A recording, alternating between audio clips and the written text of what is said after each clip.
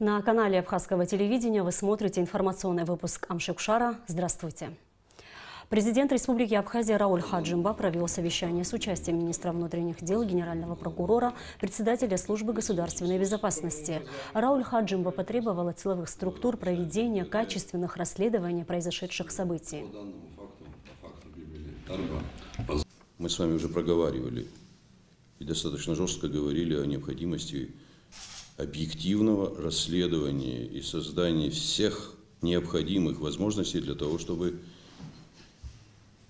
виновные по этим преступлениям были бы наказаны, независимо от того, кто бы это ни был. Я просил бы в части, касающейся двоих пансулаевцев, провести соответствующую работу по поводу и границы, и сделать все вместе с МВД для того, чтобы эти люди были бы доставлены на территорию Абхазии. У нас с вами есть определенные наработанные контакты, и должны все эти вопросы быть учтены. А по теме той ситуации, которая складывалась в МВД, провести в Генеральной прокуратуре всю ту работу, о которой мы с вами говорили в предыдущие дни, и результат должен быть известен нашему обществу. Виновные должны нести наказание, так как это требует закон. И еще одно.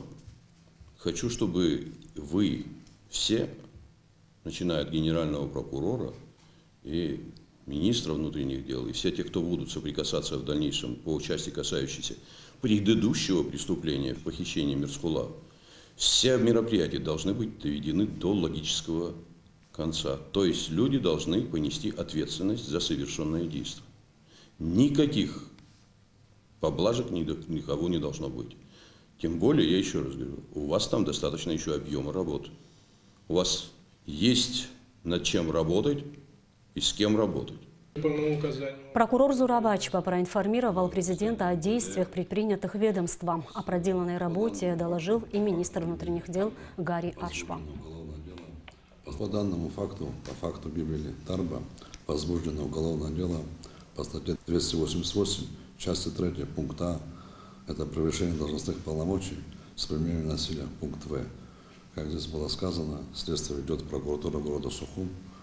В настоящее время лица, причастные к данному совершению этого преступления, по-другому назвать нельзя, отстранены от своих обязанностей. Это должностное преступление, которое в полном объеме, с участием всех лиц, которые причастны, с квалификацией отдельно каждого, будет расследовано и доведено до общественности. По моему указанию была проведена служебная проверка. Собранные материалы были переданы в прокуратуру города Сухум для принятия решения по существу происшедшего. Однозначно будут установлены все обстоятельства смерти гражданина Тарба, а также определена непосредственно вина каждого сотрудника в случившемся. Насилие и превышение должностных полномочий, должностных преступлений сотрудниками милиции категорически карается законом, и мы будем делать все возможное для того, чтобы установить все факты, которые имели место быть. Вот, на сегодняшний день прокуратурой города Сухум возбуждено уголовное дело в отношении оперативных сотрудников управления уголовного розыска. Моим приказом все сотрудники, которые указаны в данном возбуждении уголовного дела, отстранены от занимаемых должностей. На сегодняшний день мы проводим все мероприятия и сотрудничаем с сотрудниками прокуратуры непосредственно, чтобы выяснить все обстоятельства дела. Тоже совершение убийства в отношении Квитиния и покушение на убийство второго Квитиния было проведено комплекс оперативно-розыскных мероприятий. Были установлены, совместно проводились мероприятия совместно с СГБ. Были установлены конкретно лица, которые совершили это преступление, это братья Пансулая. И на сегодняшний день также совместно с СГБ проводятся мероприятия для того, чтобы установить их местонахождение. Оперативная информация на сегодняшний день, они прошли границу, абхазо-российскую границу. И устанавливается, что машина на каком транспорте они переехали. Центральной избирательной комиссии завершился процесс регистрации инициативных групп и партий по выдвижению кандидатов в президенты Абхазии. Напомним, что всего зарегистрированы 8 инициативных групп и 3 политические партии по выдвижению кандидатами в президенты: Шамиля Адзинба, Астамура Оторба, Артура Анкваба, Лега Аршба, Астамура Какаля, Алмаса Джапуа, Астамура Тарба, Рауля Хаджимба и председателей политических партий Акзара и Амсахара, Леонида Дзябшба и Алхаса Квициня. В ЦИК Абхазии должны рассмотреть документы претендентов на высший пост в государстве в течение следующих 10 дней. Приняты документы от 3 инициативных групп и 2 политических партий. Кто конкретно сдал документы, все эти документы будут изучаться Центральной избирательной комиссией. Ну и вот, и пользуясь случаем, конечно, я обращаюсь к представителям политических партий, инициативных групп, для тех, кто не сдал еще свои документы, чтобы они имели в виду и в обязательном порядке уложились в срок окончания. Значит, рабочий день длится, как вам известно, до 18:00 16 числа. Мы принимаем документы. Вот. Но я думаю, что все уложатся в срок. У нас предпосылки на это есть. Вот. И будет время, отведенное законом для изучения документов в течение 10 дней, вы знаете. А по закону за 30 дней до дня голосования мы должны зарегистрировать или мотивированно отказать в регистрации тем или иным инициативным группам или политическим партиям. Сегодня было заседание, очередное заседание Центральной избирательной комиссии, на которое выносился ряд вопросов, непосредственно связанных с проведением избирательной кампании. И это основной из которых был, конечно же, создание, хотя законодательно это не оговаривается, но мы создаем при ЦИКе рабочую комиссию по изучению представленных документов. И вот сегодня такая комиссия была сформирована внутри ЦИКа, и вот комиссия приступает к своим обязанностям буквально с сегодняшнего дня. 30 лет назад, 15-16 июля 1989 года, в Сухуми и в других районах Абхазии произошли первые грузино-абхазские вооруженные столкновения, ставшие следствием антиабхазской кампании, развернутой грузинскими лидерами. В этих событиях погибли 17 человек, 448 получили ранения, а многие свидетели были подвергнуты уголовному преследованию и необоснованно осуждены советскими судами за участие в национально-освободительном движении абхазского народа. В истории нашего государства немало дат, повлиявших на судьбу абхазского народа, на его самоопределение, обретение им государственной независимости. 29 лет назад, 15-16 июля 1989 года, в городе Сухум и других районах Абхазии впервые прошли грузино-абхазские столкновения. Этому предшествовали ряд событий. Апогеем стало распоряжение о создании в АГУ филиала Тбилисского госуниверситета, принятое Верховным Советом Грузии 14 мая 1989 года. Ранее, с 6 по 14 мая, чтобы добиться этого, перед зданием нынешнего Государственного русского театра драмы студенты грузинского сектора АГУ устроили сидячую забастовку. В Сухуми ежедневно собиралось до 5000 человек грузинского населения, которые поддерживали бастующих. Приезжали также их единомышленники из Тбилиси. По всей стране проходили многочисленные митинги грузин, на которых не скрывались антиабхазские настроения. Абхазы понимали, с какой целью проводились все эти акции. 15 мая представители абхазского народа собрались на площади Ленина. Сейчас это площадь Свободы. Туда пришло и тогдашнее руководство Абхазии. На этом митинге руководство республики заявило, что открытие филиала Тбилисского госуниверситета в АГУ носит временный характер. Однако ситуация обострилась в середине июня 1989 года, после того, как стало известно о начале приема документов на поступление в Сухумский филиал Тбилисского государственного университета. Соответственно, это привело к логическим действиям со стороны абхазов. 22 июня в Госфилармонии началась сидячая забастовка, участники которой требовали прибытия из Москвы комиссии Верховного Совета СССР. Комиссия прибыла 3 июля, и акция прекратилась. Депутатская комиссия после изучения документов, многочисленных встреч и бесед уехала 10 июля. Постараемся объективно разобраться, доложить Верховному Совету. Нет, мы посадим кого-то. Видимо, более солидного. будем слушать, по крайней мере, я как председатель комиссии буду настаивать, чтобы на комиссии по национальной политике, межнациональным отношениям в Верховном Совете заслушали мы и руководство Республики Грузии и Абхазии по этим наболевшим вопросам. Я думаю, что на этом работа не остановится. Подготовленное ею заключение о нецелесообразности разделения АГУ по национальному признаку было опубликовано в республиканских газетах на абхазском и русском языках «Апсныкапш» и «Советская Абхазия». Республиканская газета на грузинском языке «Сабчота Абхазети» решила напечатать его текст, но с комментарием руководства ТГУ, где говорилось, что заключение комиссии не имеет юридической силы и прием документов от абитуриентов продолжается. Грузинское телевидение официальное, газеты официальные, неофициальные, все в один голос нагнетали антиабхазскую истерию.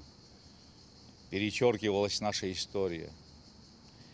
Навязывалась какая-то очень сомнительная теория двуаборигенности.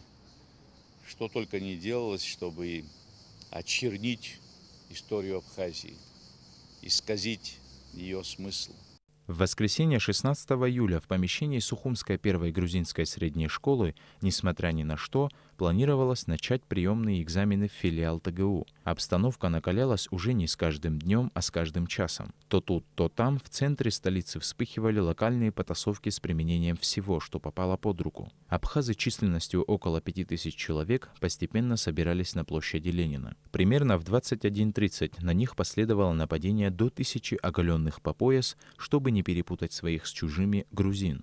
Начало появляться огнестрельное оружие. Всю ночь по городу слышалась стрельба. Столкновений не удалось избежать. Были и жертвы. 17 человек погибли, 448 получили ранения. Жертв могло быть гораздо больше. Крайне напряженная ситуация сложилась в ту ночь в Ачамчире.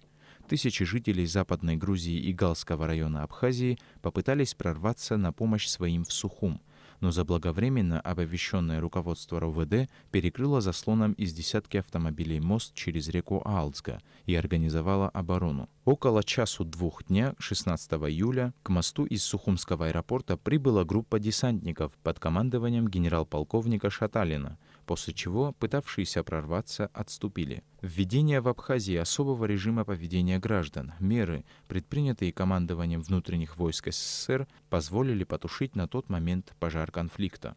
Благодаря личным усилиям Владислава Григорьевича, конечно, в первую очередь сюда были направлены внутренние войска СССР под командованием генерала-лейтенанта Шаталина. Они, конечно, сыграли большую роль. В первую очередь, конечно же, золотыми буквами будут вписаны имена тех героев того очень сложного, очень времени переломного периода, которые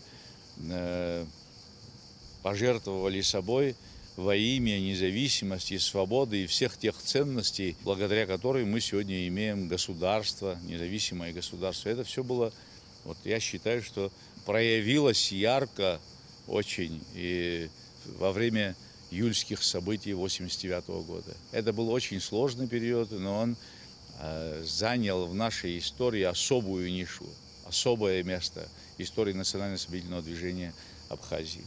События 15-16 июля 1989 года дали импульс для консолидации народов Северного Кавказа и Абхазии. Активизировалась работа по объединению прогрессивных сил. 25-26 августа 1989 года в Сухуме состоялся первый съезд Ассамблеи горских народов Кавказа. Громче стал звучать голос Народного форума Абхазии Айтгалара. Сейджар Саля, Роберт Ломия, Абхазское телевидение. В селе Дзюбжа Очимчирского района начался сбор бахчевых культур. В этом году планируют собрать более 2000 тонн урожая. Однако, несмотря на высокое качество абхазских арбузов, в их реализации у предпринимателей возникают проблемы. Какие, выясняла Сария Кварацхели. На 60 гектарах земли в селе Дюбжа растут 4 вида арбуза – Користан, Топчан, Александр, Бомба. Арбузы в Абхазии начинают созревать уже в июле. Ежегодно в сборе урожая задействовано местное население – порядка 100 человек. Это трудоемкая работа, уверяют фермеры. На открытом поле они собирают плоды по мере созревания. Спелость арбузов определяют по следующим признакам – усыхание плодоножки, ясность рисунка, характерный блеск и упругость коры. Со дня посева должно пройти 60 дней.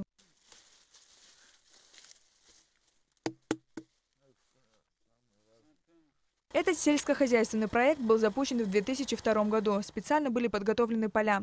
Проект реализовал предприниматель Зураб Какая. Он рассказал, что несмотря на высокое качество абхазских арбузов, есть проблемы с его реализацией. Арбузы чаще всего покупают с места, то есть приезжают машины, скупают их и уже дальше сами продают. Конкуренцию адюбжинскому арбузу составляет привозной, который занимает прилавки рынков. Особо обратиться некому, особо и сказать некому, и кому это регулировать, кто это должен об этом думать.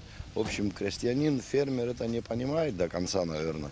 А подсказать особо и как это отработать тоже некому, потому что нет никакой слаженной работы, которую хотелось бы увидеть. Любители летнего фрукта, к сожалению, не всегда могут различить местный арбуз от привозного.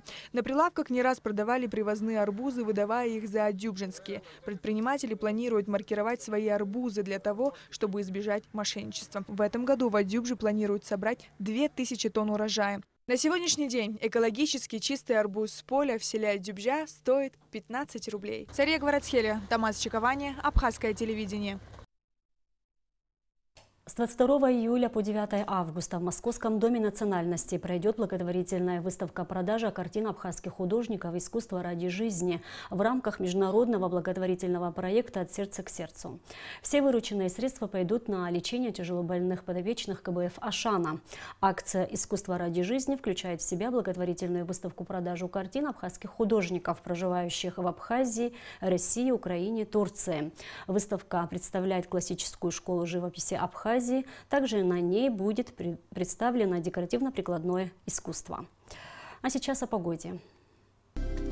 По сообщению Гидромедцентра, в Абхазии ожидается переменная облачность. С ночи и до полудня возможен кратковременный дождь с грозой. Температура воздуха ночью плюс 16-21, днем 23-28. Температура морской воды плюс 25 градусов.